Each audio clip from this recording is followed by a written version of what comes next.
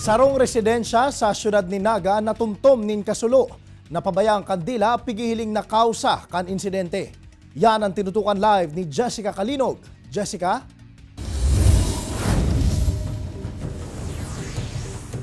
Jessie, nabulaho kasubanggi ang mga residente kan Barangay Peña Francia sa syudad ni Naga makalihis ang nangyaring kasulo sa lugar.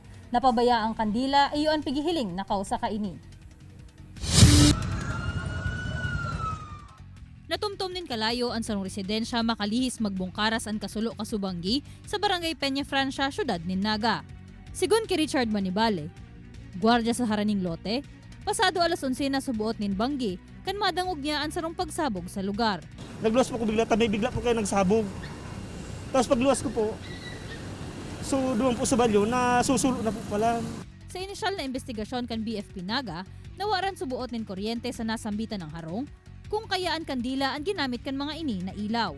Yun po ang isa sa aming tinitingnan, baka may nakalimutan na nakasinding kandila. Kinakarkulong maabot man sa 90,000 pesos ang winalat na danyos kan kasulo, mantang mayo man subuot ni nairido sa insidente. Sa ibong nalado, pigklaro man ni Fire Senior Inspector Mendoza ang naglakop na bareta, nahuri na subuot na nag-abot ang mga bumbero, kaya natumtom ang nasambitan ng harong. Pumunta pa po sila dito sa amin para mag-inform. Ngayon po, nag-travel pa po siya papunta dito para inform lang po kami. And kumain po yun ng oras. Hindi po sila sa amin nakatawag.